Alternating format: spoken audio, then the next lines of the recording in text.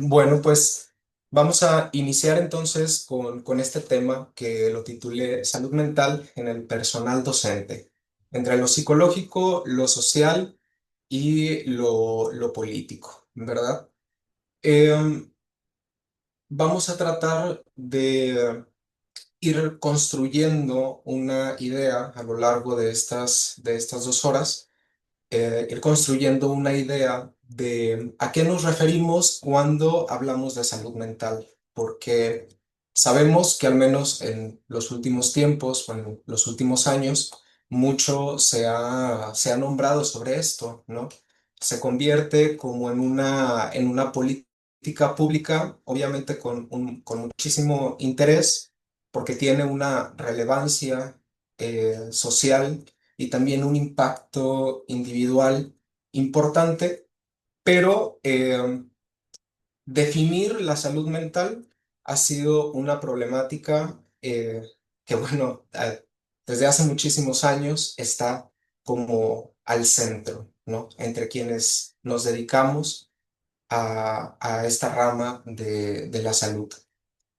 Y bueno, además de ir construyendo como una definición sobre la salud mental, también intentaré, en conjunto con ustedes y con las dudas que vayan surgiendo, que me parece que al final van a poder comentarlas en el chat y me las harán llegar, pero ir viendo algo un poco más allá también de lo individual, sino pensar también la salud mental en lo colectivo, ¿sí? Porque cuando trabajamos, vaya, para mí, trabajar la salud mental lo pensaría en un orden individual, eh, puesto que estoy con un paciente ahí directamente, ¿no? Donde estamos uno a uno. Sin embargo, ¿qué ocurre cuando de lo individual se empieza a trabajar en lo grupal? No solamente se trataría de pensar cómo desde lo individual nosotros vamos construyendo la salud mental, sino también cómo influye la construcción que se tiene en lo individual para hacia lo colectivo. No sé si me voy como dando a entender hacia dónde es que quiero llegar. La manera en la que veo y construyo mi salud mental en lo individual es la manera en la que lo voy a replicar y construir allá en la interacción con otras personas. ¿Por qué entonces la salud mental, pues, es psicológica, no solamente por el ámbito clínico, sino que también valdría la pena preguntarnos por qué la salud mental sería social? ¿Sí?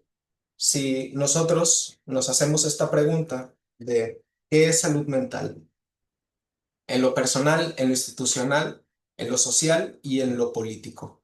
¿A qué creen ustedes que nos estemos refiriendo? ¿Cómo la salud mental pensada fuera de la clínica podemos entonces aplicarlo, o cómo se engrana con estos otros lugares, ¿sí?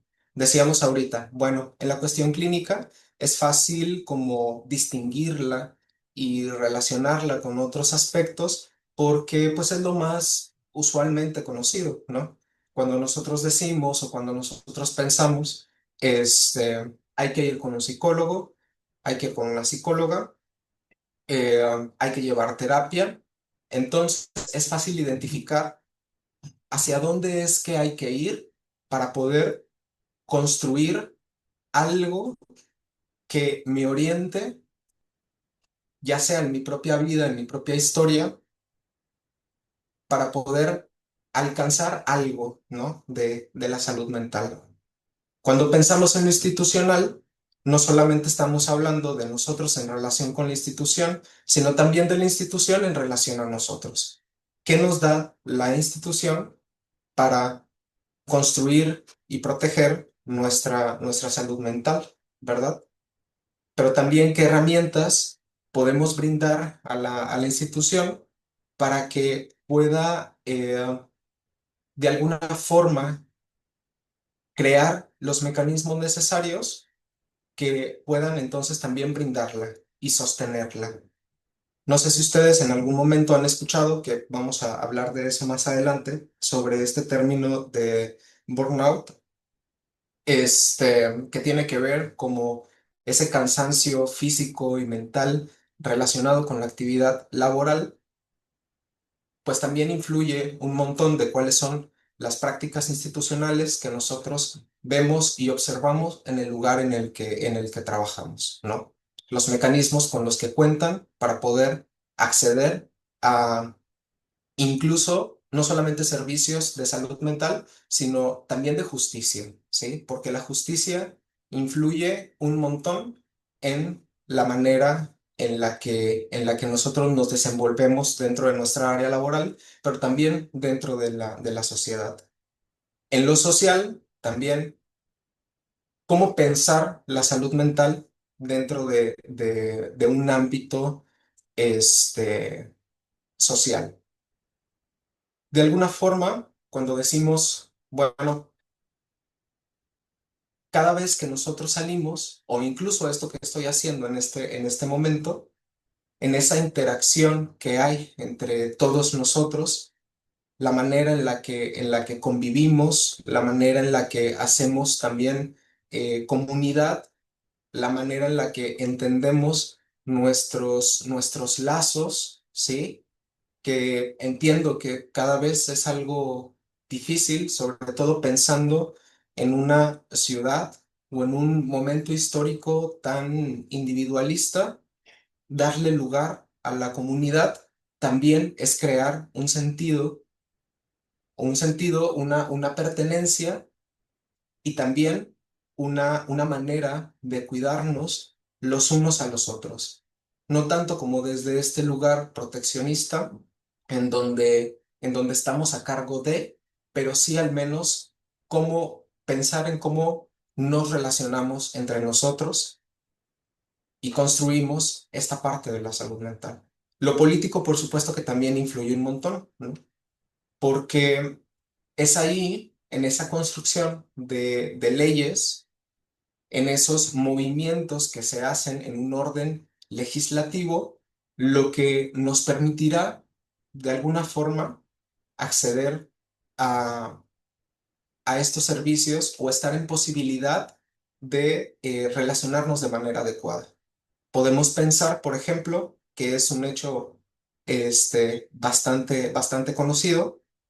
Hay en este momento una, una mega obra en construcción que de alguna forma pues caotiza bastante los horarios de mayor afluencia vehicular, ¿no? Y cómo las decisiones que se toman en un nivel político llegan y trascienden, por supuesto, a lo personal, ¿no? Podemos ver entonces un desquicio al momento de salir a las calles y enfrentarse como a todo esto, ¿no? De alguna forma, aquello que está en todo ámbito influye unas cosas con los otros. Entonces, la salud mental no es un asunto solo de lo individual. También tiene que ver en cómo se organiza la escuela, la política pública y las condiciones materiales en las que nosotros trabajamos, ¿verdad? Pero bueno, eso es como una forma de preámbulo, una forma introductoria hacia este tema. Pero, ¿y a todo esto, qué es entonces la salud mental? Hay una Organización Mundial de la Salud, seguro han escuchado hablar sobre ella, y desde 1948, esta Organización Mundial de la Salud define la salud mental como, perdón, la salud únicamente como un estado completo de bienestar físico, mental y social, y no solamente la ausencia de afecciones o enfermedades. Llegar a este concepto, no fue sencillo, ¿sí? Porque si nosotros vemos a lo largo de la historia, podemos darnos cuenta que esto se aborda primeramente o tiene un origen primeramente como del lado más de la medicina, de lo biológico, ¿sí? Entonces la salud anteriormente estaba entendida como un estado de bienestar físico. Tienes una enfermedad, entonces no tienes salud. No tienes enfermedad, entonces tienes salud, ¿no? Solamente ahí. Sin embargo, conforme va pasando el tiempo, van observando que no solamente tiene que ver lo físico o no únicamente la medicina tiene la definición completa de salud, sino que influyen en nosotros como seres sociales otros aspectos que están por ahí interrelacionados, ¿no? Y entonces agregan estos otros conceptos de lo mental y lo social. Pero ¿cómo se interrelacionan? Por ejemplo, si nosotros pensamos en alguien que está siendo víctima de bullying, ¿sí? Y que esto es crónico, es repetitivo, ahí está la persona constantemente siendo víctima de ello, entonces podemos encontrar que hay algo en el nivel social eh, que está perturbado y que entonces la persona de pronto ya no quiere ir a estudiar, ¿no? Ya no quiere ir a la escuela, ya comienza pues a pasar más tiempo dormido, hay un cansancio que es crónico, ¿sí? Y que entonces, como si pensamos en una analogía como de dominó, como una sola pieza que tiene un origen en lo social, comienza a tirar las demás fichas, ¿no? Comienza a haber un desgaste en lo mental y por supuesto también en lo físico. Entonces es así como llegamos a esta última definición.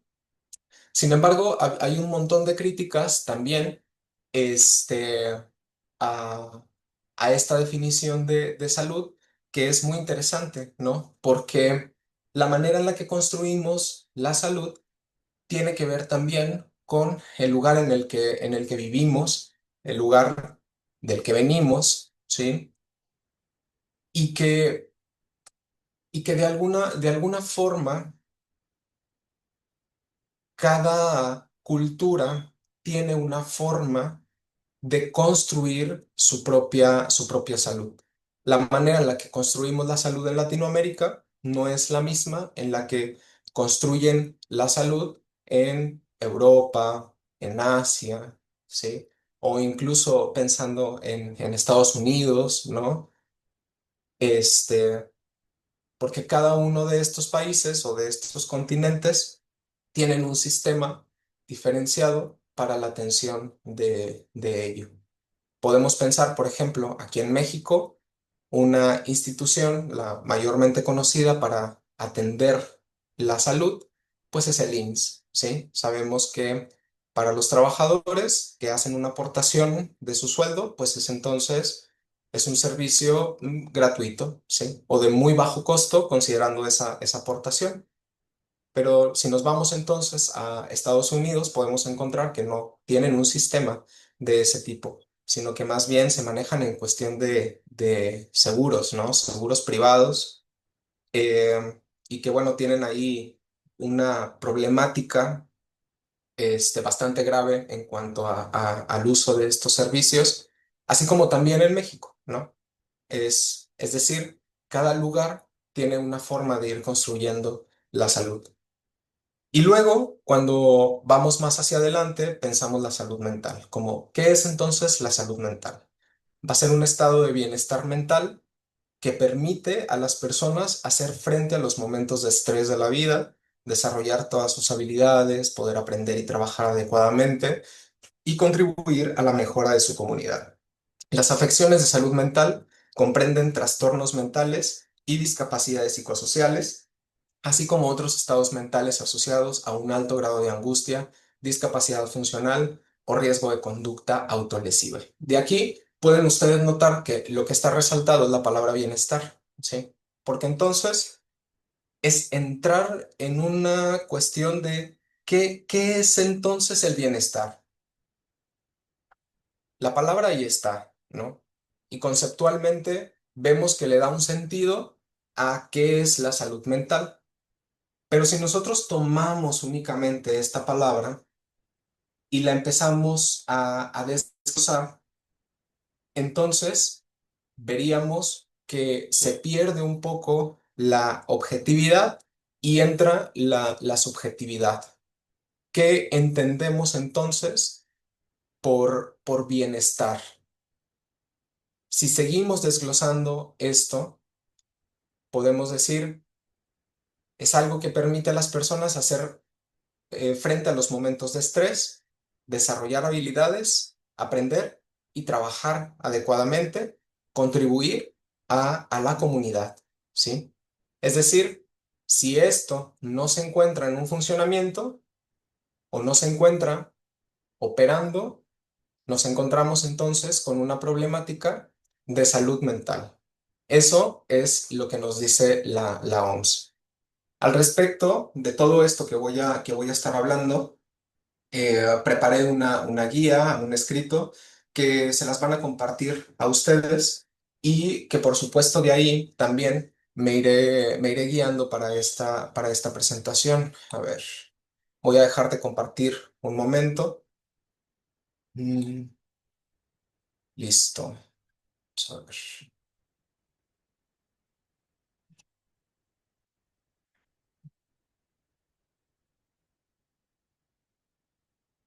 Ok, listo, ahí los puedo ver al menos sus nombres. Entonces, la salud mental, les decía ahorita, tenía un origen preponderantemente biológico que a lo largo del tiempo va tomando también otros aspectos que tienen que ver con lo cognitivo, con lo conductual, con lo socioeconómico, y de ahí se va haciendo un desglose, ¿sí? La manera en la que entonces nosotros podemos entender la salud mental va a ser la manera también en la que nosotros vamos a estar actuando allá afuera y allá en el exterior, y vamos a entender también cómo una persona llega con determinada problemática o qué es lo que está causando en una persona determinada problemática. Por ejemplo, en lo mental, como producto del cerebro, que esta es la concepción biomédica de la salud mental, ¿sí? Aquí, en esta concepción biomédica, se va a definir a partir de dos características: la reducción de lo mental a un proceso biológico y a la ausencia de enfermedad como criterio de normalidad, ¿sí? Normalidad.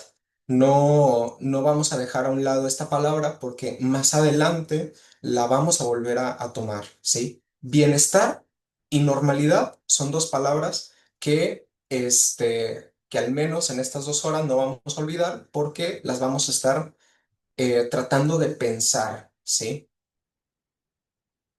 Desde el enfoque biomédico, la salud mental está sustentada en un monismo biologicista, en el cual lo mental se reduce a procesos biológicos. En consecuencia, la personalidad, el comportamiento, los afectos, las emociones y los pensamientos van a estar determinados por causas físicas, ¿sí? Aquí no se cuenta o no se toma en consideración o no se toma en cuenta ningún otro factor. Todo es meramente médico. Podemos entonces incluso hasta borrar la palabra mental y poner como cerebro, punto, ¿no? Hay algo ahí que está causando o está teniendo una consecuencia en la manera en la que la persona se desenvuelve, se desarrolla. Entonces, hay un fallo en su cerebro, punto, ¿sí? No puede ser algo más. La segunda característica de la concepción biomédica de la salud mental es el protagonismo que se le otorga a la enfermedad mental como eje identitario de la salud mental. Es decir, regresamos nuevamente a esto. Tienes salud mental porque no tienes ninguna enfermedad. ¿Cuál van a ser entonces los criterios para nosotros decir quién tiene una enfermedad mental o no? Pues va a ser entonces, no sé si ustedes hayan escuchado de estos manuales diagnósticos, pero tenemos el DCM y tenemos el CIE, ¿no? Cualquiera de la clasificación de enfermedades mentales que se encuentren en estos dos dispositivos de guía nos van a decir entonces que una persona tiene una enfermedad mental, ¿sí? Lo anterior se hace particularmente evidente en muchas de las investigaciones que se realizan con el título de salud mental. las cuales en la práctica se ocupan de la epidemiología de los trastornos mentales o de su tratamiento, a pesar de que en su formulación planteen como punto de partida definiciones como las de la OMS. Bien, ¿cuál es la problemática de esto? Que entonces si nosotros tomamos en cuenta estos manuales que les hablé ahorita, DCM, CIE, podemos ver una particularidad. Y esa particularidad es que las enfermedades mentales que se encuentran dentro de estos libros, de alguna forma, han cambiado a lo largo del tiempo, ¿sí? Y esto es bien importante porque entonces nos hace pensar o nos hace preguntarnos qué entonces va a ser, qué entonces vamos a estar clasificando como enfermedad mental. Algo que ocurre meramente en la biología o entonces hay un contexto social, hay un contexto cultural que nos va a decir qué es enfermedad y qué no es enfermedad, ¿sí? Si hay un prejuicio o una estigmatización o una modalidad interna que se pretende pasar hacia la sociedad o normar a la sociedad, entonces nos vamos a ver con la aparición de una clasificación ahí de enfermedad mental. Como ejemplo, pudiéramos poner la homosexualidad, ¿no? Que se encontraba dentro del DSM, y que entonces se clasificaba como una enfermedad mental, pero que entonces con el paso del tiempo y al cuestionarse esto, de pronto vamos viendo que se trata más bien de una estigmatización y de un prejuicio, ¿no? Entonces, ¿cómo la comunidad científica no solamente toma en cuenta una cuestión de criterios meramente biológicos, sino que también cómo transforma su propio prejuicio y estigmatización o la creencia en ese momento de la época sobre algo, cómo se transforma y se llega a clasificar en algo como una enfermedad mental, ¿sí? Luego, más adelante, vamos entendiendo también esta concepción del comportamiento, ¿no? Y entonces, desde este enfoque, la manera como las personas se comportan va a constituir un factor determinante para la salud y para la enfermedad. La salud se relaciona con hábitos de vida saludables, mientras que las enfermedades se entiende como el resultado del comportamiento inadecuado del individuo, lo cual, por supuesto, no representa una perspectiva bastante limitada para explicar la patogénesis, sino que también trae como consecuencia una hiperresponsabilización de los sujetos. Y entonces la falla es esta. Tienes una enfermedad porque no tienes un comportamiento saludable, no tienes hábitos saludables. Mm, no te alimentas bien, no vas y haces ejercicio y por lo tanto, como no lo haces, entonces te enfermas, ¿sí? Sin embargo, deja de fuera o no se toman en cuenta muchísimos otros factores que son estructurales, factores que vienen también de lo social, de lo, de lo sistemático o sistémico, y que entonces que influyen precisamente para que se convierta en una complicación el tener acceso a un alimento saludable en las proporciones que el cuerpo necesita, pero también para poder acceder a actividades de ocio, ¿sí? Y entonces se va convirtiendo acá en otra problemática en donde la responsabilidad es única y meramente del individuo y de nadie más, no de gobiernos, no de absolutamente nadie, ¿no? Y a partir de este enfoque se van configurando dos concepciones de salud mental influenciadas por la tradición psicológica norteamericana, la concepción conductual y la concepción cognitiva. Un elemento central de la concepción conductual de la salud mental es el ambientalismo. Los estímulos ambientales se consideran determinantes en la explicación y modificación del comportamiento. Entonces, aquí se plantea que la conducta puede moldearse en la medida en que se conozcan las leyes que rigen el comportamiento y que se modifiquen las condiciones ambientales que lo determinan. Es decir, si tienes determinada conducta, entonces habría que estudiar cuáles son las leyes que operan para que hagas esta conducta y hacer entonces un cambio en el ambiente que pueda entonces cambiar esa ley que es propia, que es personal, que lleva a una conducta pues no saludable.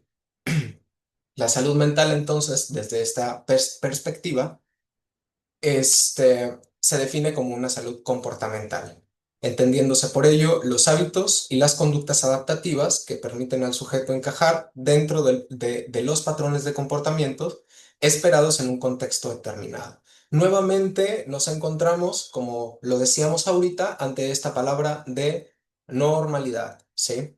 Entonces, el comportamiento, la conducta que tú tienes es una conducta que socialmente no es una conducta inadaptada y se trataría entonces de ir, pues, adaptándola, ¿sí? Adaptándola a una sociedad, a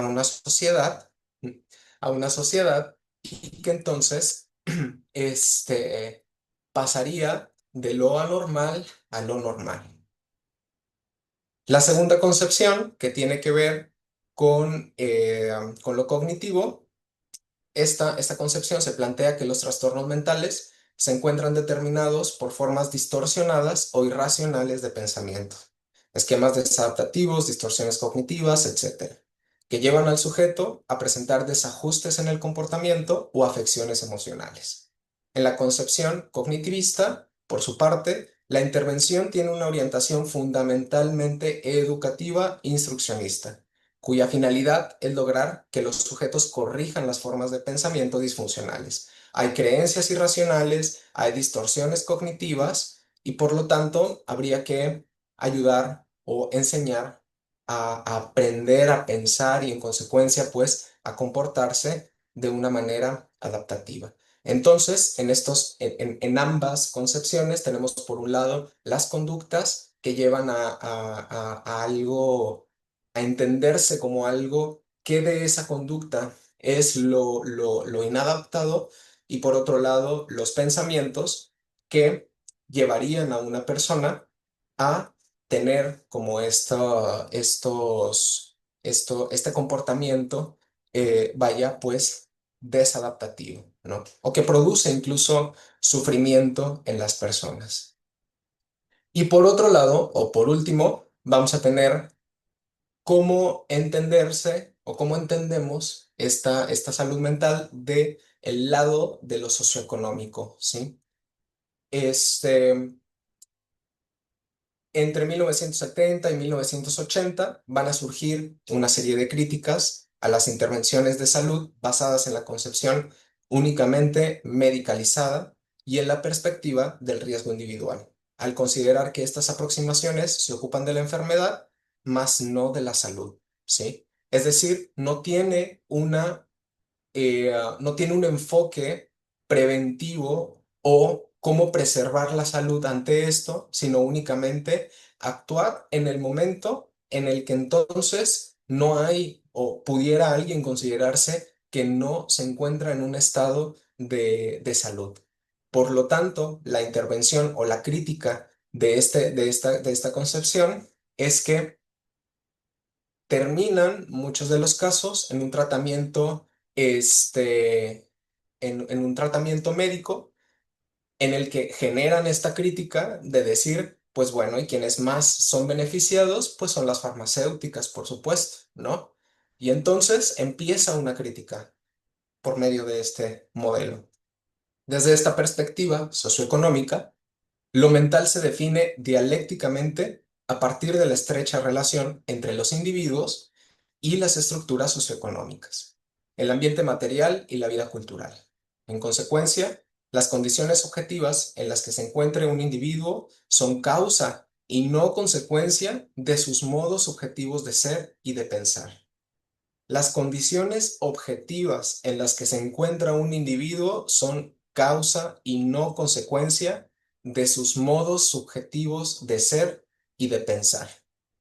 Acá entonces la responsabilidad ya no es tanto del individuo, sino también la manera en la que se manejan las condiciones socioeconómicas, ¿sí? Culturales, en las que entonces van a determinar que un fallo en ese sistema va a causar un fallo en la subjetividad humana o en la subjetividad de los ciudadanos, ¿sí? La concepción de salud mental en el enfoque socioeconómico plantea 5 críticas fundamentales a las concepciones tradicionales de la salud mental. Critica la normalización, critica la medicalización, critica el individualismo, critica el modelo económico capitalista y critica a la centralidad de las intervenciones focalizadas en la noción de estilo de vida. ¿Sí? Son 5 críticas principales de este enfoque que igual las iremos viendo y desglosando a lo largo de esta sesión, ¿verdad? El enfoque socioeconómico plantea que los criterios de normalidad, normativa y normalidad estadística, a partir de los cuales se ha definido la salud mental, responden a los intereses hegemónicos de grupos de poder y operan como mecanismos de control social. Desde esta concepción se plantea que tanto la salud mental como el sufrimiento psicológico y la anormalidad del comportamiento responden no solo al modo de funcionamiento del cerebro, sino a las leyes sociales que regulan los comportamientos normales, aunque sean el resultado de molestias y contradicciones de los individuos.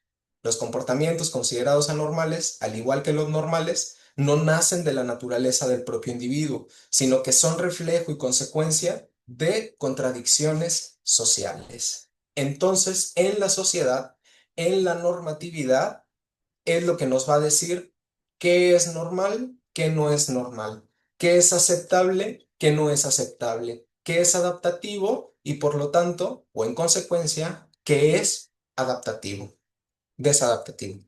Ahora bien, esta perspectiva de salud mental ya había sido abordada anteriormente, no propiamente con el nombre de salud mental, pero sí en la expresión de conflictos. Aquí entonces retomo un poco a Freud, que desde sus estudios de la histeria en 1895 y en adelante se comienza a plantear las causas de afecciones o síntomas de sus pacientes, ¿no? Tras lo cual desarrolla toda su teoría, que en muchos de los casos tal vez han escuchado hablar sobre ella, eh, y que entonces nace a partir de su investigación, sí, nace o crea a partir de su investigación, pues el psicoanálisis. Dentro de esta teoría va a abordar conceptos claves para la formación de estructuras psíquicas, entre ellas la neurótica, que en la neurótica pudiéramos decir que nos encontramos la mayoría de quienes estamos aquí. Y entonces, dentro de esta formación de estructuras, nos va a decir, eh, bueno, observa en esta estructura neurótica que entonces hay un mecanismo de defensa, es decir, hay algo en la realidad interna que no puede tolerar de la realidad externa y entonces ocurre un mecanismo de defensa que se llama represión. Por lo tanto, eso sería lo que estaría causando el síntoma. El síntoma va a ser la expresión de ese conflicto entre las pulsiones propias del sujeto contra las prohibiciones culturales, ¿sí?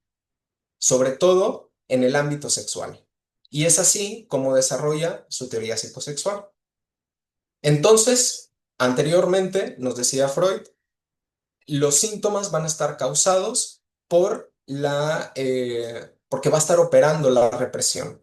Y entonces hay algo que culturalmente no está haciendo, no es aceptado, no forma parte de una moralidad y que cuando esto entra en conflicto con deseos internos propios del individuo o del sujeto, entonces haría la formación de síntoma. Sabemos que actualmente o en la actualidad, pues ya las represiones sexuales han cambiado muchísimo, ya no es lo mismo que en 1895. Eh, y entonces otros autores, como Massimo Recalcati, que es un psicoanalista italiano, nos dice que a diferencia de los tiempos de Freud, en la actualidad, este, la formación de síntomas tiene que ver más con un exceso de goce sin límite debido a una sociedad hipermoderna, consumista y desechable, lo que deja al sujeto atrapado en una insatisfacción permanente. Entonces, Máximo Recalcati nos va a decir, hay una diferencia, ya no se trata de una represión sexual, sino que ahora está todo como ahí a la mano, hay un exceso de goce, no hay un límite para ello, y entonces, como no hay un límite para gozar, termina siendo, termina causando síntoma, ¿sí? Y entonces el síntoma implicaría una puesta de límite ante eso que se goza en exceso. Voy a poner aquí, a ver, listo. Tenemos entonces este cuadrito de este lado, donde cada una de las concepciones de las que hablé ahorita van a estar desglosadas, ¿sí? Tenemos entonces el primero, que es la visión, pues, orgánica o médica, donde la mente la va a definir en términos de procesos biológicos, la salud mental como ausencia de trastornos mentales según el criterio del modelo biomédico.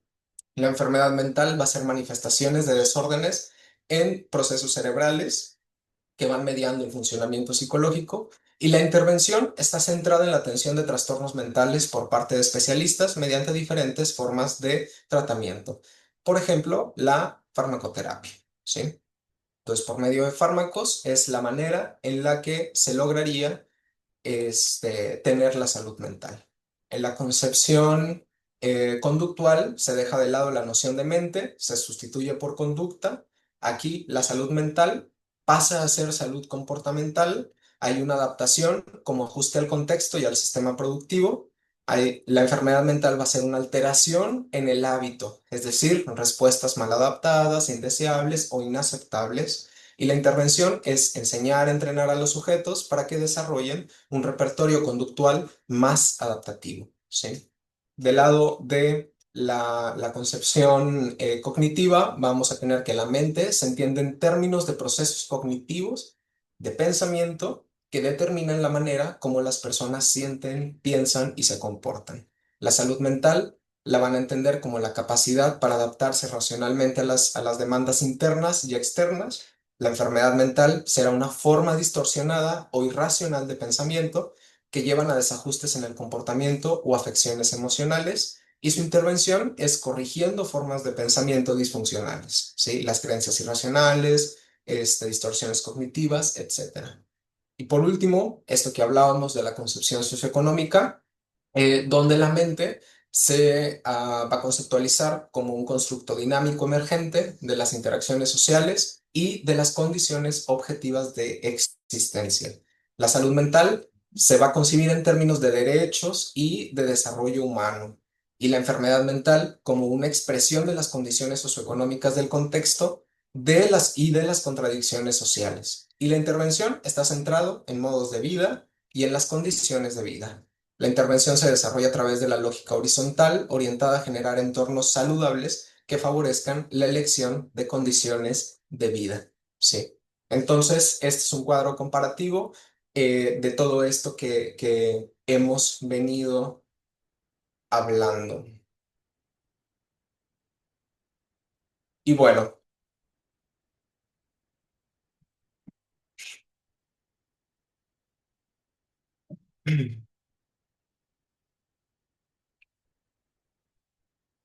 Hablábamos hace un momento de la normalidad, lo anormal, lo adaptativo, lo desadaptativo y demás, e iremos como viendo qué conceptos se han estado hablando en el tiempo sobre ello, ¿sí? Por un lado, tenemos la OMS en el 2001 hablando sobre bienestar y productividad.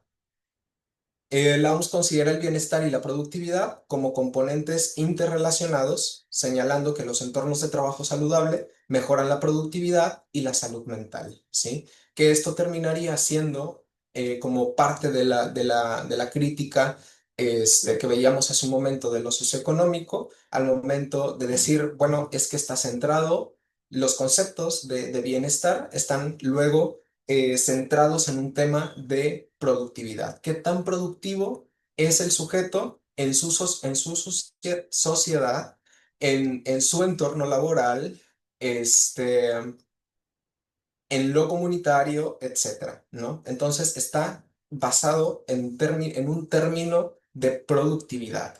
Y entonces, como veíamos hace un momento, la crítica era precisamente hacia un sistema que está basado o que tiene una concepción capitalista de productividad y que entonces deja a un lado un poco los procesos humanos que no siempre están medidos en qué tan productivo se es, ¿no?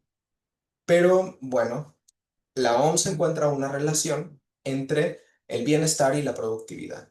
Los beneficios tangibles es que las empresas con programas de bienestar son aproximadamente 20% más productivas.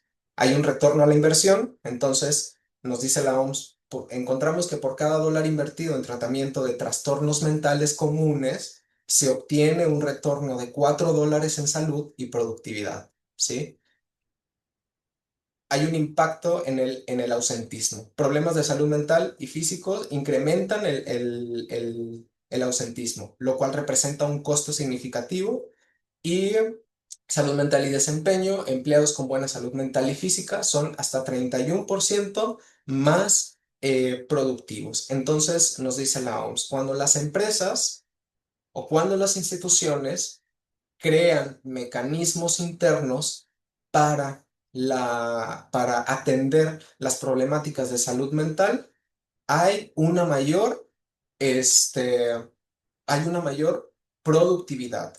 Entonces, tu empresa puede ser más productiva si se invierte en esto. Pero aquí lo interesante y lo importante es regresar a una palabra acá que toma en cuenta el retorno a la inversión, que es tratamiento de trastornos mentales, ¿sí? Por eso les digo, ¿desde dónde se habla? ¿Desde dónde entendemos o conceptualizamos la salud mental?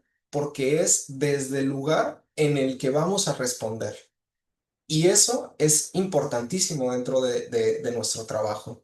Nosotros, como maestros, maestras, profesores, la manera en la que entendemos la salud mental es la manera en la que vamos a intervenir en algún momento, no precisamente porque sea su responsabilidad, pero en algún momento seguro les ha tocado intervenir de alguna forma. ¿Sí? Y bueno, tenemos por otro lado a Yaoda con la salud mental positiva y ella es una psicóloga social. Ella propone este concepto de salud mental positiva y se aleja de este enfoque tradicional en el que, como decíamos hace un momento, se enfoca únicamente en la enfermedad mental más que en la salud mental. Entonces, su modelo se va a ir como centrando en las cualidades y el funcionamiento que tienen los individuos y va a identificar 6 criterios clave que van a ser para mantener una salud mental ideal, ¿sí? ¿Cuáles son esos 6 criterios de Yaoda? Primero, actitudes positivas hacia uno mismo, ¿sí?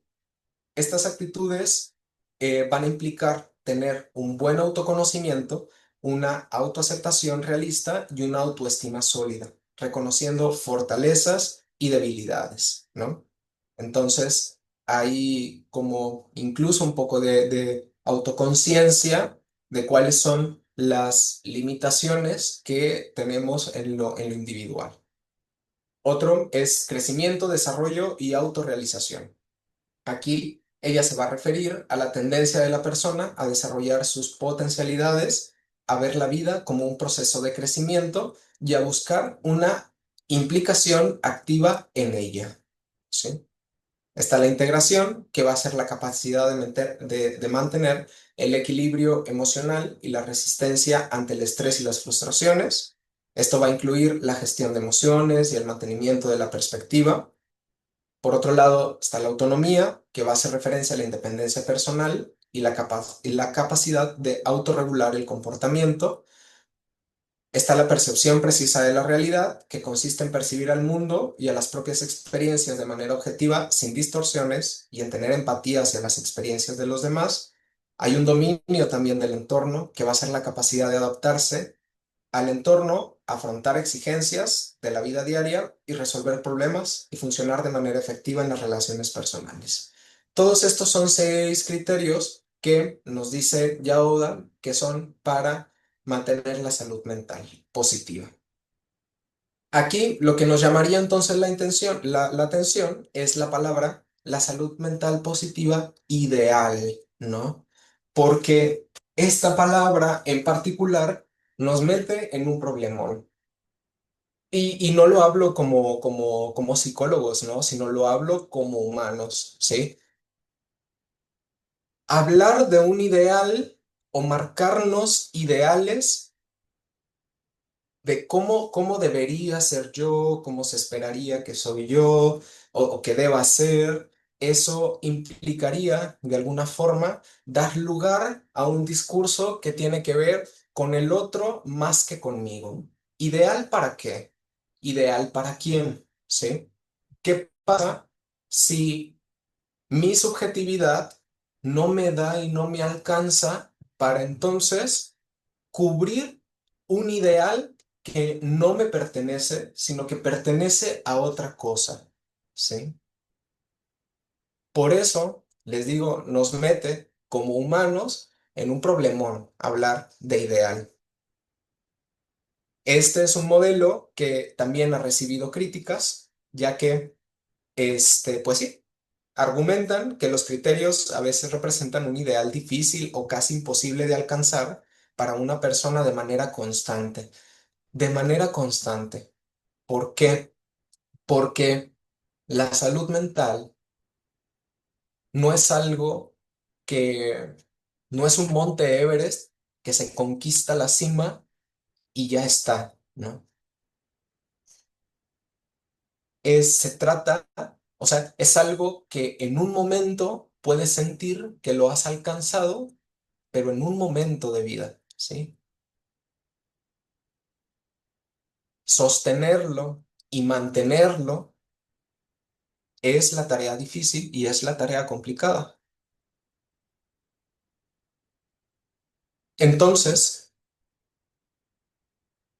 cuando se habla de salud mental, se habla en términos de qué es lo que ocurre en este momento con un sujeto.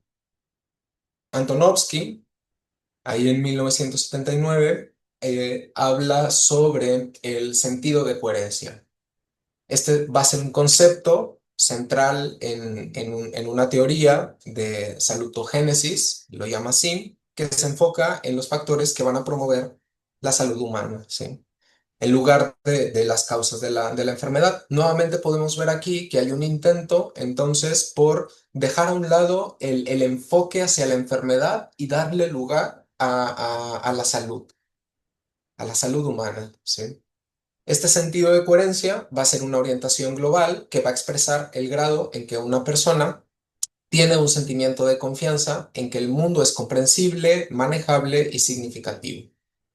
Este sentido de coherencia va a estar compuesto por 3 dimensiones que van a estar interrelacionadas, que es la comprensibilidad, que es el componente cognitivo, que se refiere a la medida en que una persona va a percibir los estímulos del entorno. tanto internos como externos, como la información clara, estructurada y predecible. Es la sensación de que lo que sucede en la vida tiene sentido y es explicable, ¿sí? Otra dimensión es la manejabilidad, que es el componente instrumental. Aquí es la creencia de que se tienen los recursos necesarios, tanto personales como externos, para afrontar las demandas y desafíos de la vida. Esto no implica creer que los problemas desaparecerán, sino confiar en que se pueden gestionar eficazmente. Está por otro lado la significatividad, que es el componente motivacional, y va a ser la sensación de que la vida tiene propósito y que al menos algunos de sus desafíos merecen el esfuerzo. Implica que uno se siente involucrado activamente en su vida y lo encuentra un sentido emocional. Bien, entonces este va a ser el sentido de coherencia que nos dice Antonovsky, que pues por medio de él se puede alcanzar o lograr la salud mental. Sin embargo, nuevamente nos metemos en un problemón existencial humano, ¿no? Cuando hablamos entonces de que estar en una perspectiva de que, o estar, sí, estar en perspectiva de que todo lo que sucede en la vida tiene un sentido y que es explicable, o mantener como en esa parte de comprensión en ella, pues luego nos podemos encontrar que no todo en la vida pues va a tener un sentido y no todo en la vida va a tener una explicación. Y entonces, ¿cómo nos enfrentamos a eso, a ese sinsentido y a eso inexplicable? Más allá de crear una base, o sea, es como pensarnos en todo caso, pensar como en algo que es tremendamente lineal, ¿sí? En algo que no tiene sube bajas, no, sino más bien como en algo que puede ser predecible. Aquí todo, las cosas van a tener sentido. Este, Incluso la vida misma tiene un propósito, ¿sí? La sensación de que la vida lo tiene, y eso, crear ese sentido de coherencia, de alguna forma va a ayudarnos a construir la salud mental.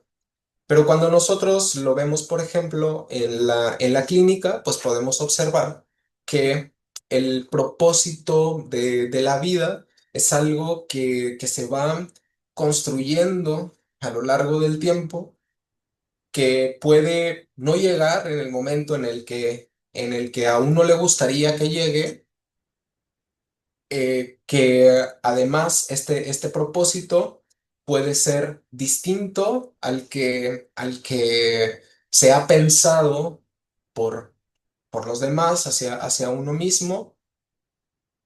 Y entonces, este, que independientemente de esto puede llegar a causar ahí un problema pues significativo cuando esto choca, ¿no? Con el propio deseo. Entonces, como estas experiencias que nos va hablando el sentido de coherencia van a ser aquellas que son consistentes, que son predecibles, que son equilibradas en términos de demandas y recursos, pues entonces, tan pronto como lo vemos, pues nos encontramos que la vida misma puede no ser consistente, puede no ser predecible, puede no ser equilibrada, ¿sí? Y que si bien puede existir un intento de ello o de poder, vaya, pues alcanzarlo, entonces no es algo que se mantiene así a lo largo del tiempo, sino que nuevamente nos pone en un lugar de lucha, ¿no? De buscar alcanzarlo. Y, ay, aquí.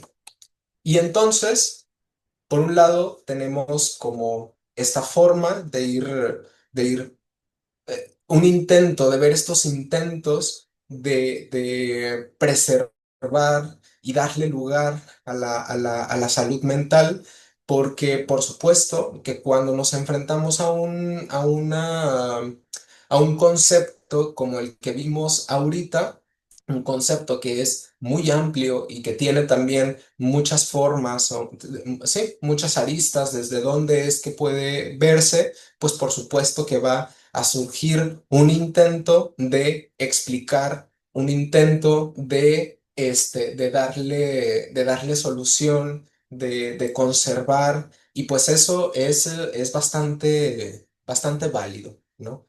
Y entonces acá voy a empezar con Vygotsky, con lo mental como construcción social. Aquí, Vygotsky nos va a decir que la salud mental y la normalidad se pueden entender como construcciones socioculturales que emergen de la interacción social, la internalización de normas culturales, del uso del lenguaje. Este enfoque desafía la visión de que lo normal y lo patológico son categorías universales o puramente biológicas, ¿sí? Entonces aquí nos dice que la salud mental va a ser un producto social. Internalización de normas. La mente no se desarrolla de forma aislada, sino a través de la internalización de valores, creencias y normas de la cultura circundante. El comportamiento considerado sano o adaptativo se define en gran medida por estas normas internalizadas. Tenemos la mediación cultural, que van a ser las herramientas simbólicas, especialmente pues el lenguaje, que son cruciales para estructurar el pensamiento y la percepción de la realidad. La interacción y validación, que va a ser la salud mental es validada y construida en la interacción social. O sea, el apoyo social, la empatía y la comunicación son fundamentales para el bienestar psicológico, mientras que la estigmatización y el rechazo social pueden exacerbar el malestar o llevar incluso a la marginación. El desarrollo constante. Vygotsky veía el desarrollo como un proceso continuo y mediado por la interacción social. Desde esta perspectiva, la salud mental no es un estado estático, sino un proceso que es dinámico de adaptación e interacción con el entorno social y cultural. Desde esta perspectiva sociocultural, la normalidad no es un ideal fijo, sino una medida de adaptación exitosa de un individuo a las demandas y expectativas de su contexto social y cultural. Lo que se considera normal varía enormemente entre culturas. Entonces, aquí nuevamente con Vygotsky nos encontramos con lo ideal, ¿sí? Lo ideal que forma parte de una cultura y que en base o con base en ese ideal, pues entonces vamos a tener nosotros la posibilidad de conceptualizar qué es normal y qué no es normal, qué es patológico y qué no es patológico, ¿sí? Am, por ejemplo, ¿no? Nosotros podemos decir, em, podemos decir, ayer estuve, estuve hablando, ayer estuve hablando con Dios y me habló.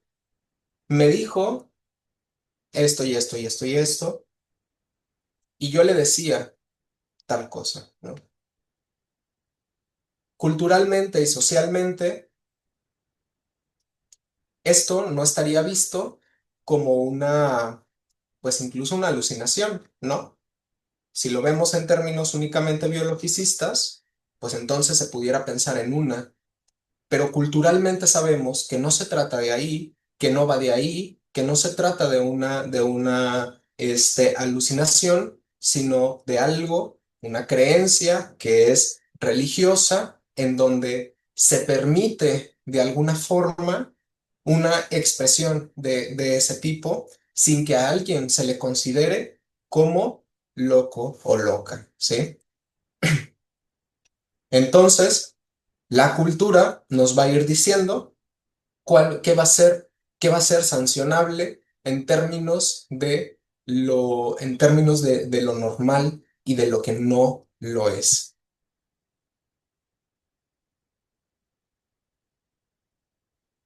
El problema es que cuando se empieza a normar la salud mental, Entonces, socialmente se puede valer de esto para definir, excluir o controlar a quienes no se ajustan a estas expectativas y no siempre refleja una patología intrínseca del individuo. Es decir, no es que la persona por sí misma tenga una enfermedad mental, sino que más bien es algo que no sería considerado por la cultura como normal, pero que no necesariamente por ello, entonces la persona tendría una patología. Las oportunidades de desarrollo, el apoyo y el andamiaje que recibe una persona, pues influyen directamente en la forma en la que va construyendo su mente. Si estas oportunidades son limitadas o si el andamiaje es inadecuado, el desarrollo de ciertas funciones mentales puede verse afectado y esto puede ser interpretado como un problema de salud mental, ¿sí? Bueno, pues aquí nos estaría él hablando del desarrollo el desarrollo de una persona. Esto implica que los problemas de salud mental deben abordarse considerando no solo al individuo, sino también el contexto social en el que se vive. Y luego, otra crítica hacia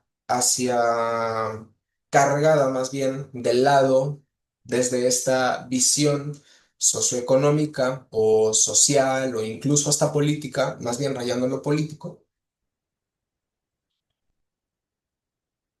tenemos a Foucault, ¿no? Donde él nos habla también acerca de la normalidad, sobre qué es normal, qué no sería normal.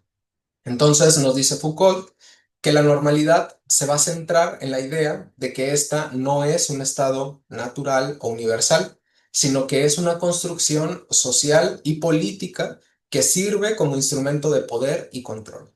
El proceso de normalización va a recompensa produce, recompensa y castiga las conductas según su conformidad o desviación de una norma ideal. Foucault sostiene que la normalidad funciona como un mecanismo político de control social. Este mecanismo legitima y ejerce el poder sobre los individuos al establecer y difundir normas que definen lo que es aceptable y deseable en una sociedad. A diferencia de los modelos de poder basados en la coerción directa, como las leyes tradicionales, el poder de la normalización es más sutil y omnipresente, ¿sí? El poder de la normalización es más sutil y omnipresente. No es nada que esté escrito, no es nada que esté escrito, pero ¿cómo sancionamos con la normalidad? Más bien era una expresión de, ¿cómo sancionamos con la normalidad? ¿No? Entonces, por eso se vuelve sutil y por eso se vuelve omnipresente, porque de alguna forma pareciera que hay un consenso entre las personas sobre lo que sería normal. Entonces, la normalidad se va a construir a través de diversas instituciones y prácticas que moldean la conducta, el pensamiento y, por supuesto, el cuerpo del individuo, ¿no? Foucault analiza cómo estas instituciones ejercen el poder disciplinario para producir cuerpos dóciles y productivos. Entonces está el poder disciplinario, que se ejerce mediante técnicas de vigilancia, jerarquización y evaluación. Las instituciones como la escuela, el hospital, la prisión, el ejército, buscan corregir las desviaciones y producir individuos que se ajusten a una norma ideal. Un ejemplo es la forma en que se entrena a un soldado, recompensando el cumplimiento y castigando la desviación del modelo ideal. Mucho se ha cambiado en las políticas, en la política en torno a la educación. Sin embargo, Foucault nos dice, bueno, la, la, la escuela, al igual que la prisión, al igual que el ejército, es la manera en la que entonces el Estado va a normar a sus ciudadanos y por lo tanto se vuelven mecanismos de control. ¿Qué tipo de ciudadanos son los que entonces quieres o qué buscarías en ellos? Y por medio de estas instituciones que por supuesto son en masa, incluido el hospital también, que son en masa, es que puede ejercer el Estado un control en su población. ¿Por medio de qué? Pues de vigilancia, ¿no?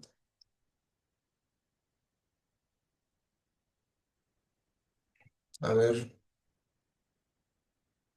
Foucault señala un cambio histórico en las sociedades occidentales que pasaron de estar regidas por una sociedad de ley, es decir, donde el poder se manifiesta en la soberanía y la exclusión, a una sociedad de la norma. En esta última, el poder busca corregir e integrar, no solo castigar.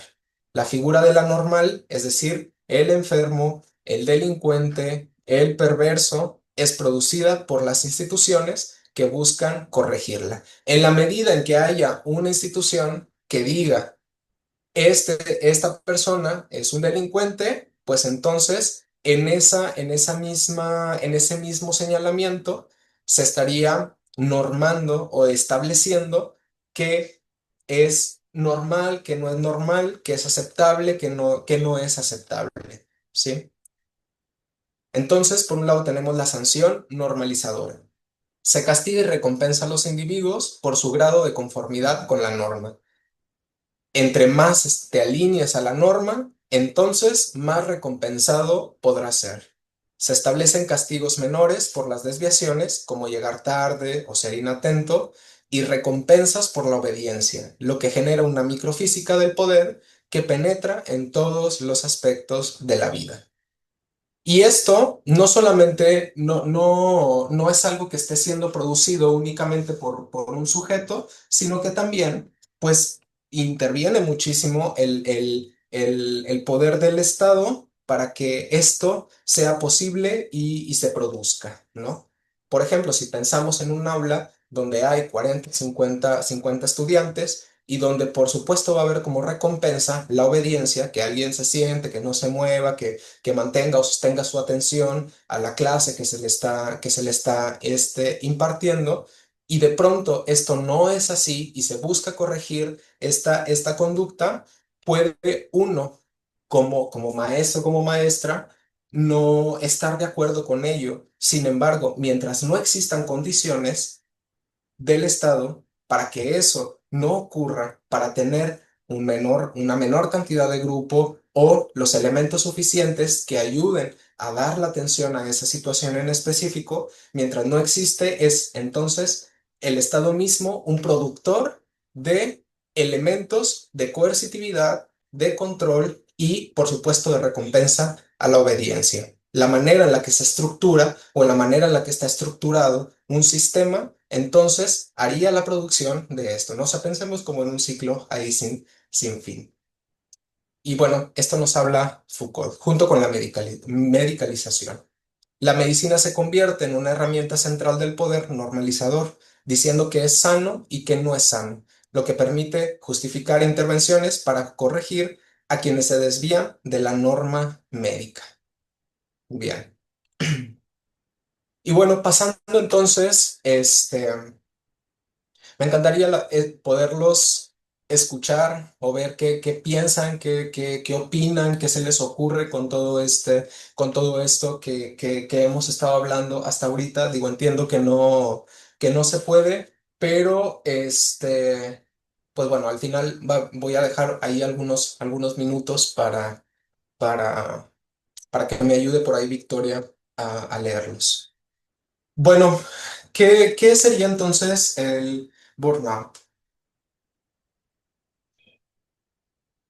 De, Hay en la cotidianidad, pues estrés, no lo podemos evitar, no lo podemos negar tampoco, ¿no? Es algo que está ahí, que existe, que nos mueve incluso, y que no hay tarea, no hay actividad humana que no genere estrés. Estrés tanto de aquel que nos moviliza a hacer lo que tenemos que hacer o lo que debemos hacer, pero también del otro, el otro tipo de estrés que se va volviendo más crónico, que nos inmoviliza, ¿sí? Cuando este estrés crónico perdura a lo largo del tiempo, corre el riesgo de eh, de que termine convirtiéndose como en un síndrome ¿Qué es esto? El síndrome de burnout. ¿Y por qué en un síndrome? Pues porque ya no solamente es el estrés, ya no solamente es el desgaste físico, no, ya no solamente es el desgaste mental, sino que ahora se convierte también en un desgaste físico, que a su vez también se convierte en un desgaste del ambiente laboral y un montón de cosas, ¿no? Entonces, todo esto en su conjunto nos dicen, pues, es un síndrome. Hablando de Cristina Maslach, nos dice que este modelo se va a centrar en la dinámica entre el individuo y su entorno laboral, alejándose de la idea de que es una falla personal. Mide el síndrome a través de tres dimensiones. El agotamiento emocional, que va a ser el cansancio físico y psicológico que surge del exceso de exigencias laborales. Es la dimensión central del síndrome y la primera en aparecer. El individuo siente que ya no tiene recursos emocionales o energía para seguir adelante. Está la despersonalización o el cinismo. Como mecanismo de defensa contra el agotamiento, el individuo desarrolla una actitud de indiferencia, frialdad y distanciamiento hacia las personas a las que sirve, como clientes, pacientes o estudiantes. Se trata a los demás de una forma deshumanizada.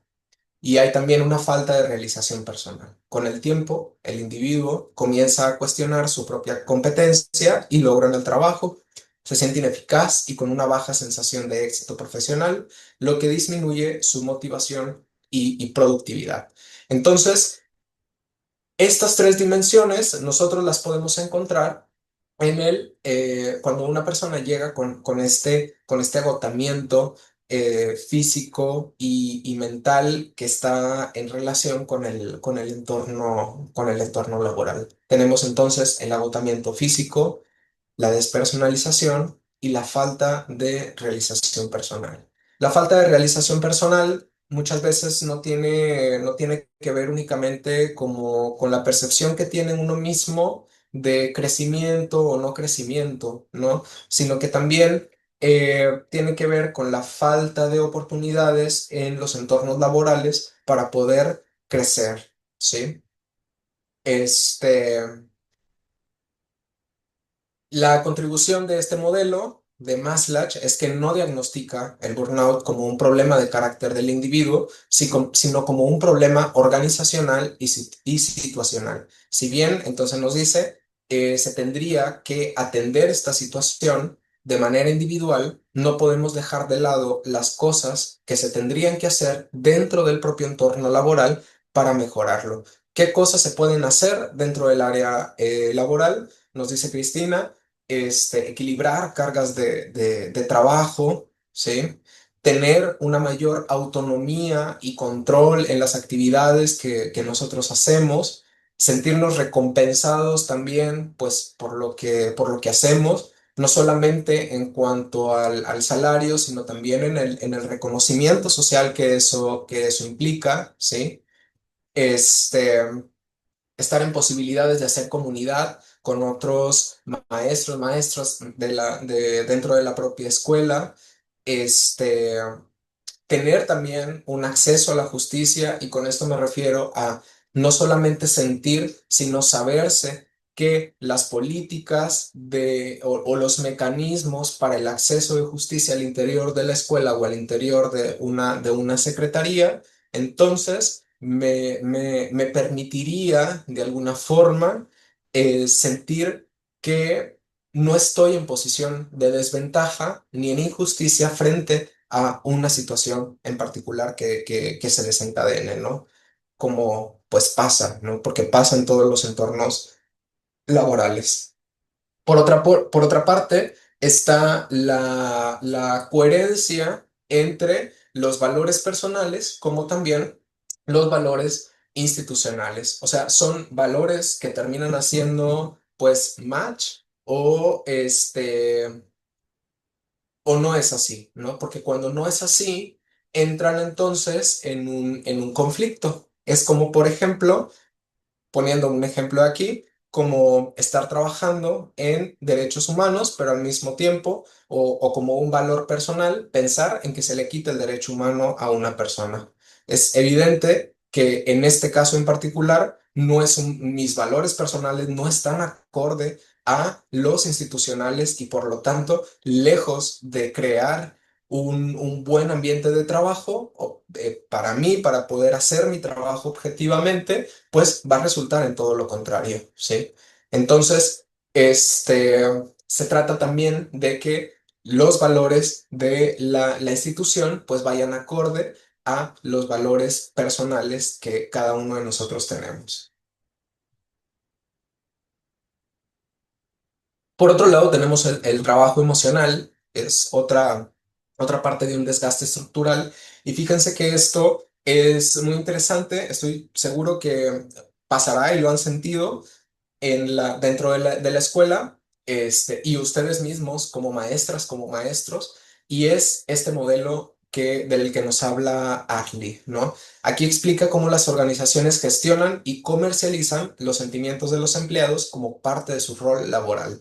El concepto central no se refiere a la gestión de emociones en general, sino específicamente a la gestión de sentimientos para crear una exhibición públicamente observable.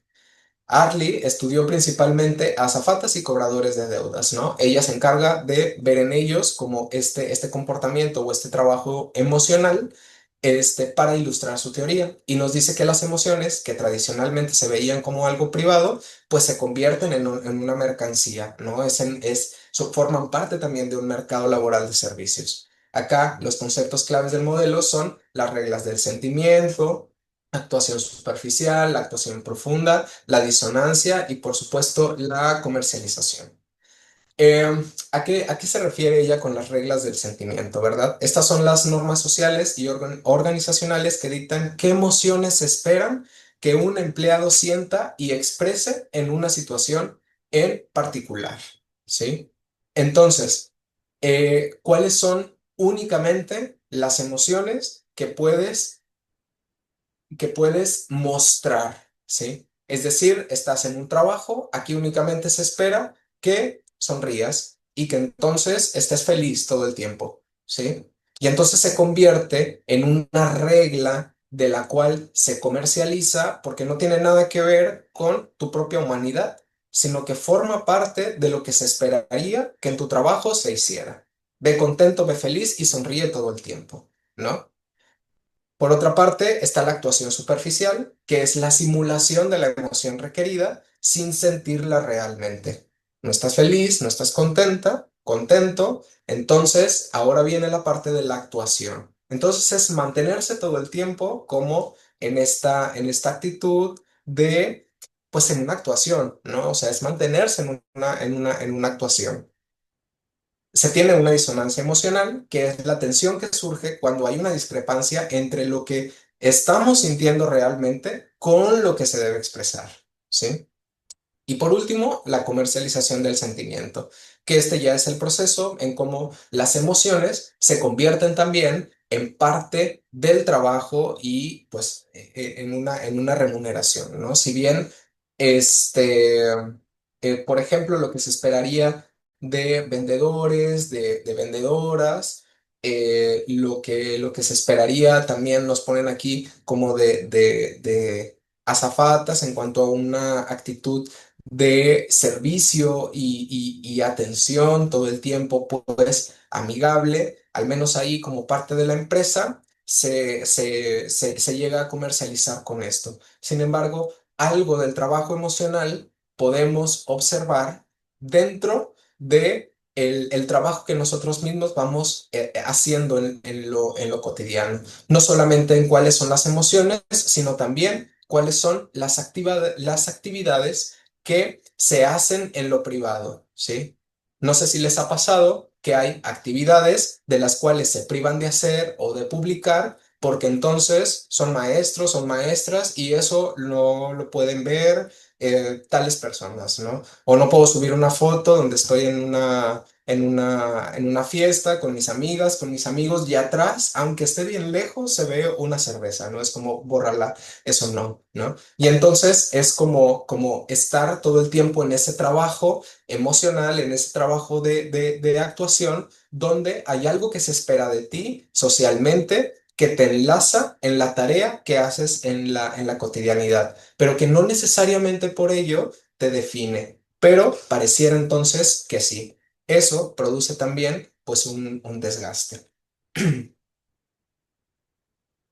También tenemos esto de la desigualdad y en relación al sentido de bienestar. Sabemos que pues, no es lo mismo trabajar en condiciones, por ejemplo, de una escuela, aunque sea pública, en una ciudad o en lo rural, ¿no? Pero tampoco es igual.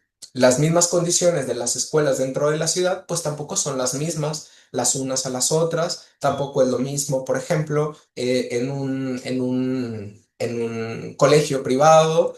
Entonces, es decir, cada uno de los contextos tienen de alguna forma una relación directa con el bienestar.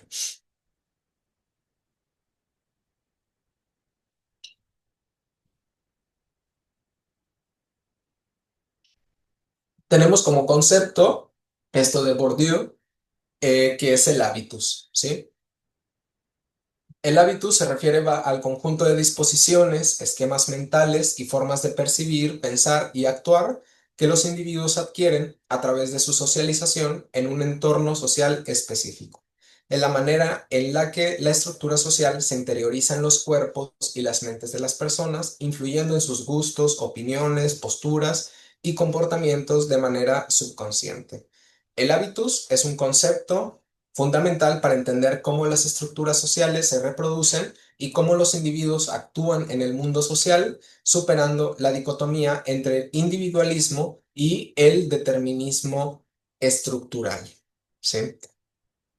Eh, entonces, aquí el hábitus va a tener ciertas características que van a estar en relación con la estructura, la manera en la que se medía entre lo subjetivo, lo objetivo, va a ser también un principio ahí generador de prácticas, es algo que es duradero, que es transferible, pero que también permite la reproducción social, pero en términos de desigualdad, ¿sí? O sea, porque el hábitus va a ser crucial para entender la reproducción de las desigualdades sociales al formar a los individuos con esquemas que se alineen con su clase social. El hábitus perpetúa las diferencias de capital, tanto económico, social y cultural, a través de las generaciones. Entonces, pareciera que el hábitus es algo de lo que no se pudiera escapar, pero no porque no se pueda escapar, ¿no? Sino que a final de cuentas no deja de ser una construcción social alrededor de esto que imposibilita a una persona de poder salir de estas prácticas. ¿De qué es lo que se espera entonces que una persona en un determinado contexto económico, cultural y social, entonces haga, ¿no? Que imposibilita ir escalando de alguna forma en esta escalera social, ¿no? Como está acá al centro de la imagen. Tenemos también la teoría de la justicia de Nancy Fraser, que se enfoca en un enfoque dual o en trabajos para abordar las injusticias sociales, en contraste con las teorías tradicionales que se centran solo en la redistribución económica. Aquí Nancy argumenta que la justicia requiere abordar tanto la redistribución como el reconocimiento, ¿sí? Y más tarde añade otro componente más que tiene que ver con la representación.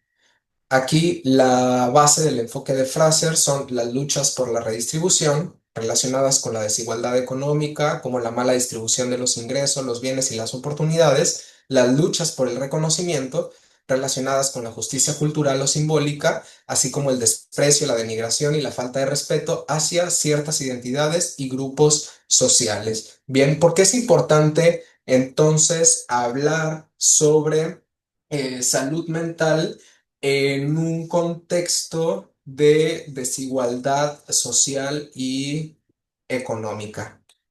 Bien, acá tenemos una narrativa sobre el bienestar que dice que si nos organizamos, hacemos nuestro diario, meditamos, hacemos aromaterapia, pues entonces son formas de cuidar tu mente. Sí, no se niegan, ¿no? Hay algo de esto que contribuye, personalmente o en lo individual, en lo subjetivo, a ir construyendo sensaciones de bienestar. El problema de este discurso es que se individualiza lo que es estructural. Se convierte en un mandato moral que culpa a la persona por no estar bien, en vez de cuestionar un sistema que precariza cuerpos y mentes. Entonces aquí viene como una pregunta que va hacia reflexión, hacia ustedes mismos, mismas. ¿Tienen realmente un espacio para desconectar o todo el tiempo de ustedes y energía están dedicados a sobrevivir? ¿Sí? Entonces pensemos, los espacios para descansar, puede uno pensarlos como espacios que alguien más daría o que uno esperaría que en algún momento los tenga, ¿no? Porque uno puede decir, tengo trabajando toda la semana y el domingo me lo voy a descansar, ¿no? No voy a hacer nada, nada, no voy a hacer nada. Pero de pronto se llega el domingo y algo surge, ¿no? Y pues ya no se puede descansar. Entonces hay que hacer esta vuelta, hay que ir aquí, hay que ir allá y de pronto ya es de noche. Listo, ¿no? Hay que dormir y empezar el lunes de nuevo el día. Supongo que les ha pasado en algún momento, ¿no? O al menos una vez en sus vidas. Aquí el tema es que los tiempos o los espacios para descansar muchas veces también es algo que tendría que darse, ¿no? eh, o sea, darse uno mismo, no en términos de dejar al destino a que se den, sino más bien colocarlos ahí, esos espacios de descanso, ¿sí? Si toda la semana o si el discurso ahí sistemático o estructural nos habla en términos de rendimiento, de ser positivos, de todo el tiempo tener esta autogestión, pues también es importante el descanso. Pero si se está tan absorto en el tema del rendimiento y de la productividad, pues el descanso para cuándo queda, ¿no? Lo podemos ver en sociedades o incluso lo podemos ver aquí en Monterrey, donde está esta creencia de somos bien trabajadores y demás.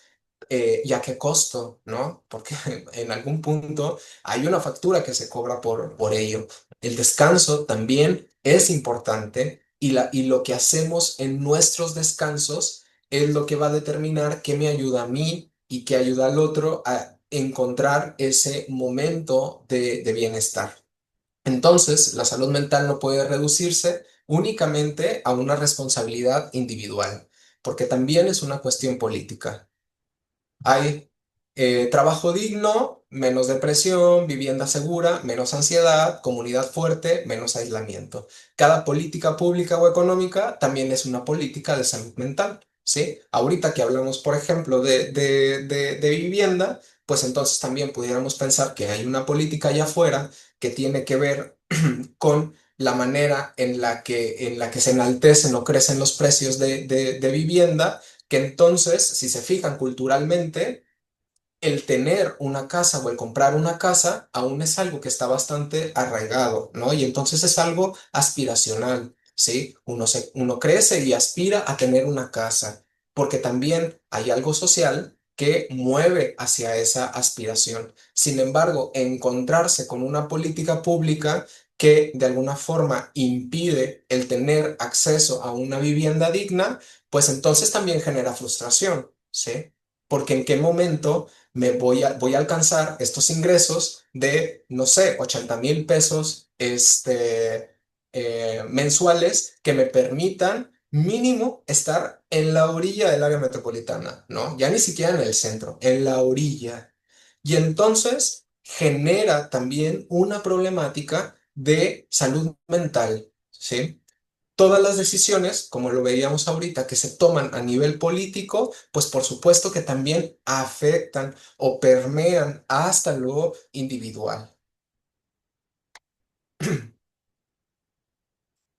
Y bueno, cuidar también es un acto eh, político.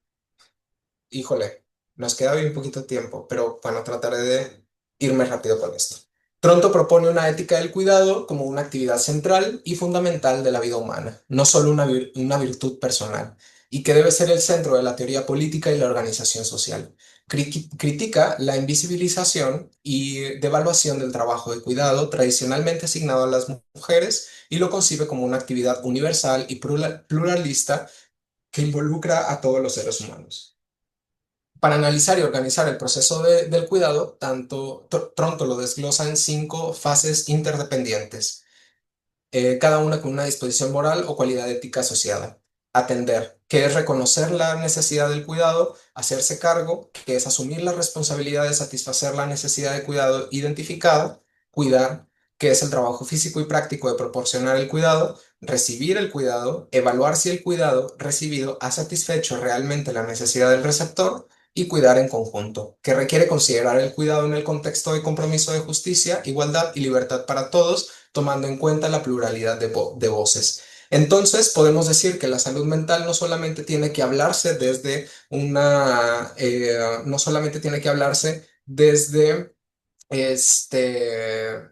no puede dejarse de lado sin abordar una problemática de desigualdades sociales, sino que también tendría que hablarse desde una perspectiva de género, ¿no? Porque entonces la salud mental terminaría permeando dentro de las diferentes situaciones que nos atravesarían a cada uno de nosotros como personas y que nos enfrentarían entonces con ese mundo de lo ideal, ¿sí? Entonces, estando atravesada este ideal, borraría de alguna forma la subjetividad tanto propias de cada uno de nosotros como también de lo social, ¿sí? Entonces, cuidar, se pudiera decir que el hecho de que todas y todos participemos en actividades de cuidados unos del otro, entonces sería de alguna forma una manera este, de ir como en contra de todo lo que se nos propone en la actualidad, que tiene que ver con un mero individualismo, ¿no? O sea, sin procurar al otro. La participación en el cuidado, entonces, sería de todos. Este, y bueno, la inteligencia artificial tiene ahí un componente que poco a poco pues se va adentrando, ¿no? O sea, en las escuelas me imagino que han tenido la oportunidad de verlo, y por supuesto también en la clínica lo alcanzo a observar. Entonces, el síntoma y el sufrimiento son expresiones de la subjetividad, pero la inteligencia artificial aborda estos fenómenos desde una perspectiva de datos, no de experiencia. O sea, esto hay que tenerlo en cuenta principalmente, ¿sí? O sea, es decir, cada vez está siendo más común que las personas le cuenten a chat una situación en particular y me ha tocado escuchar de verdad y no miento. He escuchado personas que dicen, sí, voy a terapia con chat, ¿no? Y entonces, pues bueno, es un punto ahí interesante para poder ver, pero hay que tomar en cuenta que estos procesadores de inteligencia artificial, este, lo ven desde una perspectiva de datos, no desde una experiencia humana, y es ahí la diferencia en la que nos encontramos, ¿no? Entonces el síntoma lo convierte en un patrón de datos donde la inteligencia artificial detecta estos síntomas de trastornos mentales y si bien esto puede ayudar a ofrecer una detección temprana y un seguimiento continuo, pero reduce el síntoma a una etiqueta diagnóstica basada en la frecuencia de datos. Más allá de pensar, bueno, ¿qué me está diciendo el síntoma en particular? Si estoy teniendo, me está pasando esto y esto y lo otro, si estoy teniendo este síntoma, ¿qué me dice este síntoma? acerca de la manera en la que me desenvuelvo, no solamente en lo individual, sino también allá afuera, en lo social, en lo colectivo, en lugar de voltear a ver qué hay entonces de qué expresión de conflicto está representando este síntoma. Entonces quedó reducido a una etiqueta diagnóstica que más allá que me permita pensar que hay de esto, pues entonces me cerraría la puerta a esta posibilidad.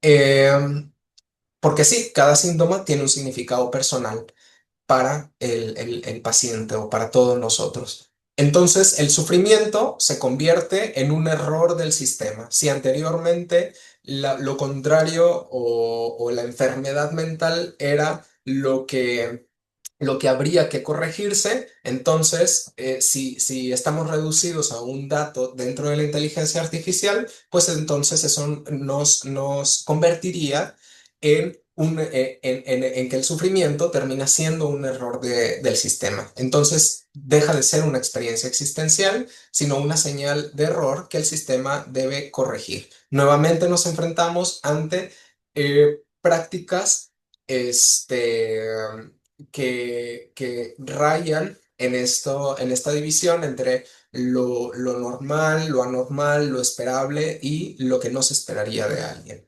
Este reduccionismo corre el riesgo de deshumanizar la experiencia del dolor humano, que es una parte compleja y a menudo incomprensible de la vida, ¿sí?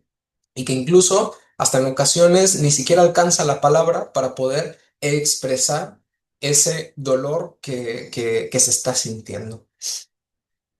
Los chatbots y las herramientas de inteligencia pueden ofrecer apoyo psicológico accesible, pues es innegable, ¿no? En ocasiones hasta gratis. Sin embargo, pues tienen limitaciones significativas. La falta de un verdadero factor humano y de empatía por parte de la inteligencia artificial, pues impide la creación de un vínculo terapéutico genuino. Em, no, la parte de la creación del vínculo, estar en interacción con otros, pues es una parte fundamental para hablar de alguna forma el síntoma. No solamente hablar sobre él, sino que también sea hablado, estar en oportunidad de que ese síntoma sea hablado. Y esta es una parte que definitivamente la inteligencia artificial no, pues no cubre, ¿no? Y personalmente, pues yo no estoy en contra del uso de la inteligencia artificial. Incluso si un paciente me dice le consulté a chat esto y me respondió lo otro, pues adelante, hablamos de eso en sesión, ¿no? Porque eso también muestra la posición que tiene la persona frente a hacia eso que le está doliendo en ese momento. Y me traje un ejemplo de interacción con la inteligencia, con un ejemplo de interacción con chat donde, una paciente pues le cuenta algo y le pide un poco que le ayude ahí a como desglosar qué es lo que puede estar pasando, ¿sí? Obviamente todo esto está cambiado para poder cubrir por ahí el anonimato. Y bueno, esto dice así, ¿no? Pone, hace una semana le dije a una amiga que me gustaba un chico. Llamémosle a este chico F. Entonces pasaron los días y ella comenzó a hablarle, preguntarle cosas sobre él y a hacer gestos sugestivos cada vez que se lo encontraba. Yo me molesté con mi amiga porque siempre hace lo mismo. Chico que le digo que me gusta, chico al que le habla.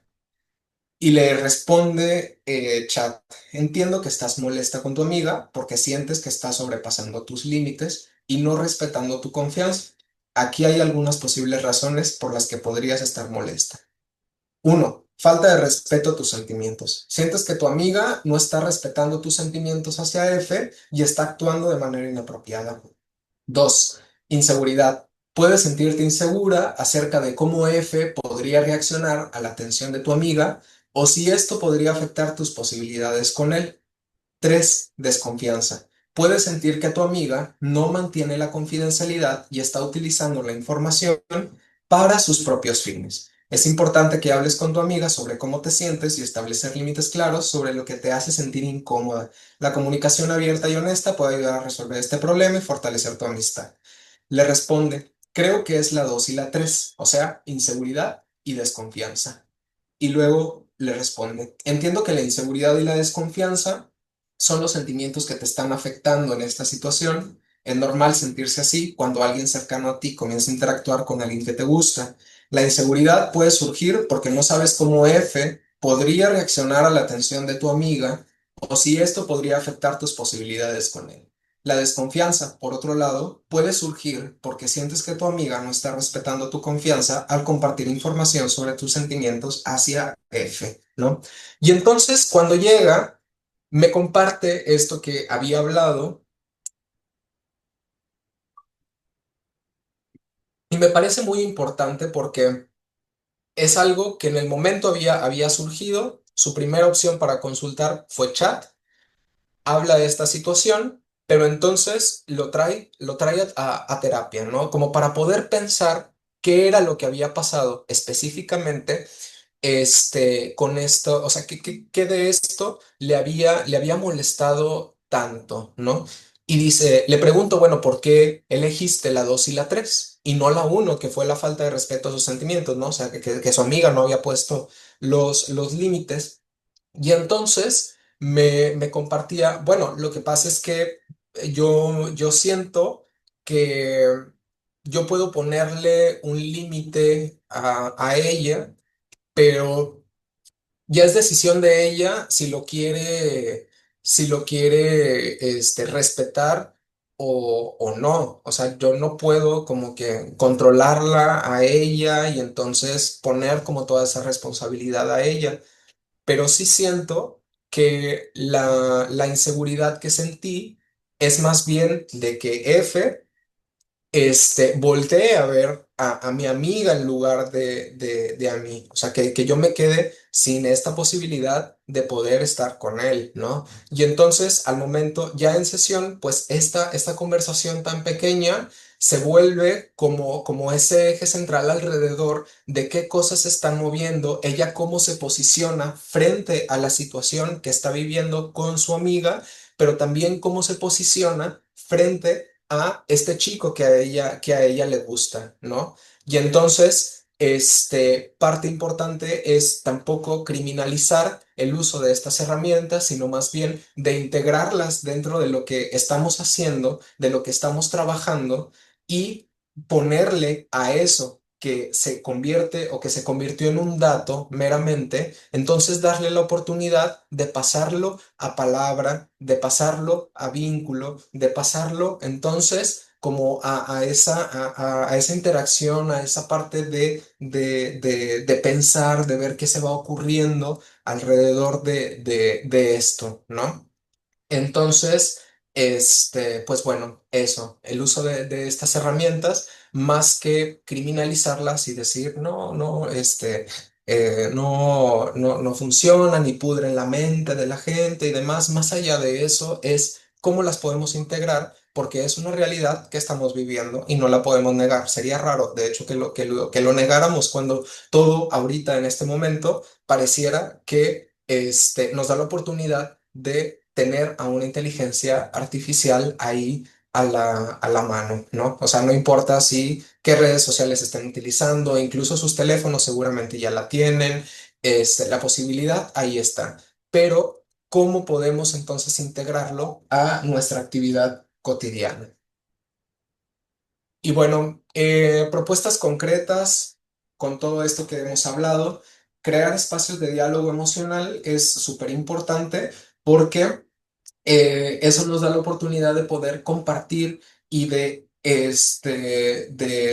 compartir nuestro propio tanto punto de vista, o sea, el hecho de que no quede como en una sola persona, sino que además al momento de hablarlo da la oportunidad de poder pensar mejor en él, ¿no?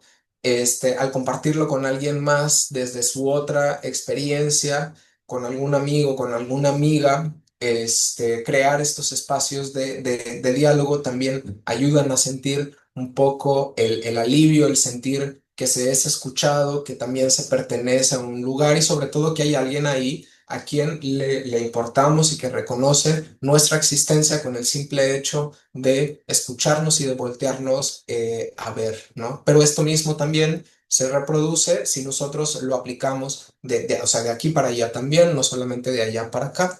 Trabajar en las redes de apoyo, pues es súper importante saber que hay alguien ahí, de quien puedes sostenerte, que no estás solo, que no estás sola, sino que tienes como red de apoyo, ya sea tu familia, ya sea tus amigos, amigas de compañeros de trabajo, o también si vas a una actividad deportiva, que puedes encontrar ahí también una red de apoyo, pero también ahí con tus vecinos, con tus vecinas, es decir, trabajar las redes de apoyo es súper importante para poder crear o hacer esta integración comunitaria, pero también para poder sentirnos parte de un entorno que habitamos. Crear los tiempos de descanso, como lo decíamos ahorita, si esperamos a que venga el momento, probablemente no ocurra, pero ponerlo ahí, colocarlo ahí, darle ese lugar de importancia significativa, es crear este tiempo. Guíate por tu deseo, identifica obstáculos imaginarios. ¿A qué me refiero con esto? A el hecho de pensar, bueno, me gusta esto, quiero hacer esto, quiero irme por aquí, pero tengo miedo por esto y esto y lo otro, ¿no? O sea, por diferentes cosas. Entonces, identificar, pues también estos miedos, estos temores u obstáculos, si van en relación con la realidad o tiene que ver con tu propia creencia, ¿no? Porque muchas veces nos encontramos con que si vamos como desglosando o irnos hacia atrás dentro de lo que alguien dice por lo que no puede hacer algo, pues resulta que alguien más en algún momento lo dijo, lo pensó, pero también lo hizo propio, o alguien, sí, o alguien le dijo que no podía hacerlo y de pronto eso se convierte en un obstáculo imaginario que no tiene nada que ver con la realidad, puesto que no lo ha intentado, ¿no? O sea, que en una realidad no lo ha intentado. Por lo tanto, hay que identificar también cuáles son esos obstáculos que no tienen que ver con la realidad, sino que tienen que ver con lo que yo pienso, con lo que yo siento, con lo que se me ha dicho, con lo que yo he escuchado, ¿no? Y que por lo tanto no tendría nada que ver con la realidad. Lo podemos pensar en términos de alguien que estudia, por ejemplo, una carrera. Imagínense la que ustedes quieran, que les dicen, no, no estudies eso porque no hay dinero ahí, ¿no? Este, y entonces se convierte como en una frustración más allá de en un despliegue propio de personalidad y de subjetividad. Pero también, si eso es lo que una persona quiere, más allá de si va a ganar o no va a ganar dinero, habría que ponernos a pensar qué es entonces aquello que se va a ganar, más allá del dinero, ¿no? Porque también guiarse por el deseo y acercarse a él, pues, ¿por qué sería imposible que una persona pueda sostener su vida de algo que socialmente se considera que de ahí no va a ganar dinero, ¿no? O sea, es decir, también identificar esos obstáculos hace que se actúe en la plenitud que cada quien lo sienta de esa forma, ¿no? Si les es posible, acudan a terapia. Este, pues es importante hacerlo. Es un trabajo, pues, pesado, arduo, muchas veces doloroso. Sin embargo, pues vale la pena dar un espacio y darle un lugar a esto. Bueno, pues si no hay entonces dudas o preguntas, igual tienen mi teléfono. Ujú. Es mi teléfono personal, solo no me marquen, nunca contesto, pero pueden mandarme WhatsApp. Y con todo gusto estaré por ahí solucionando sus dudas. Mi correo también se los va a compartir Rocío y pues muchas gracias.